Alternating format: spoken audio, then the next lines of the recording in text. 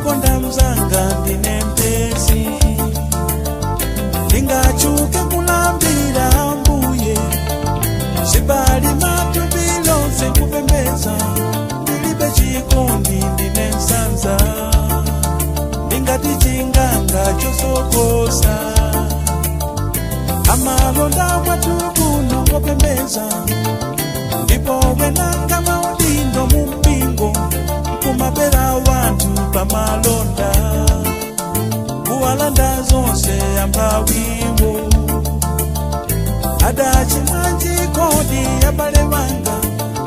kumawazunza motere ngati siwawo malipiro wawo timachenje akakuleka nzosateka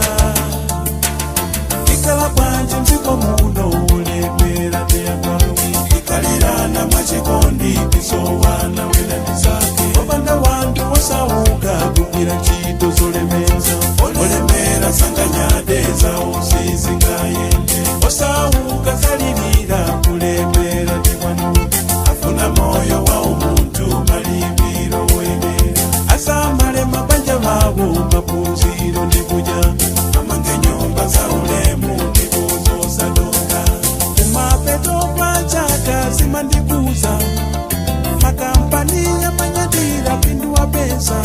pamene ukula akulila ngakale anchito ndakapolo kulitsani mtengo wa bwino katundu wanu panga ni pindu lololeba ndi Ambuye apo mutakala angodala pamoyo uno ndikumwamba pali pindu lotani kumapembedza